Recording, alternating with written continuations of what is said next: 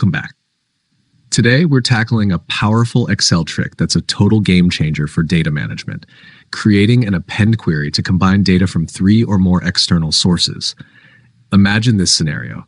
You've got a shiny new online training system, but it exports the weekly training report as a PDF file, and not just any PDF, but one with multiple pages. Sound daunting? Don't worry. Back in our workbook, head to Get Data from File from PDF and locate your file. Here's the cool part. Power Query automatically detects tables within the PDF and gives you the option to import just the table data. Check the Select Multiple Items box and choose the 3 tables you want. But we're not stopping there. We'll make a small transformation to prep the data. Ready? Click Transform Data or Edit to open the Power Query Editor.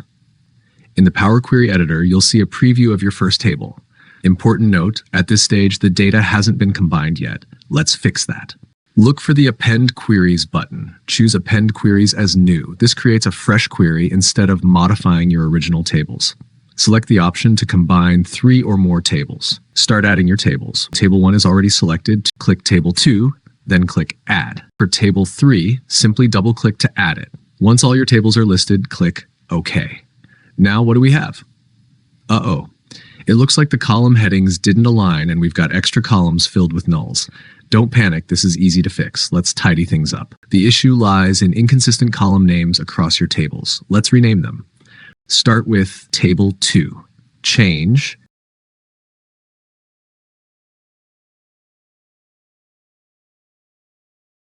As you make these changes, Power Query generates a line of M code in the formula bar. Here's the pro tip. Instead of renaming columns for each table manually, copy this line of code. How to use the code. Switch to Table 3. Add a new step by clicking the FX button near the formula bar. Replace the default code with your copied M code using Ctrl-V. Press Enter. Boom, the column headings are fixed. Why this matters. Getting familiar with M code can save you tons of time and make your workflow more efficient. Now let's go back to Append Queries. Check out your cleaned up dataset. It's all beautifully stacked and ready to go. Give your query a meaningful name. When you're ready, hit Close and Load 2, and choose Only Create Connection. This keeps your data ready for use without cluttering the workbook. Bringing the report into Excel. In the Queries and Connections pane, find your report. Right-click and choose Load to. 3, select Table in a new worksheet and click OK. And there it is, your combined online training report fully formatted and ready for action. The best part? When next week's report comes in, all you have to do is 1, save the new PDF over the old one.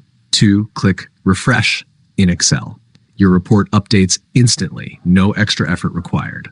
In this video, we learned how to import data from PDFs into Excel, fix mismatched column headings with M code, and append queries to combine multiple data sets efficiently. What's next? In the upcoming video, we'll explore another way to join datasets called Merge Query. Stay tuned for more Excel magic.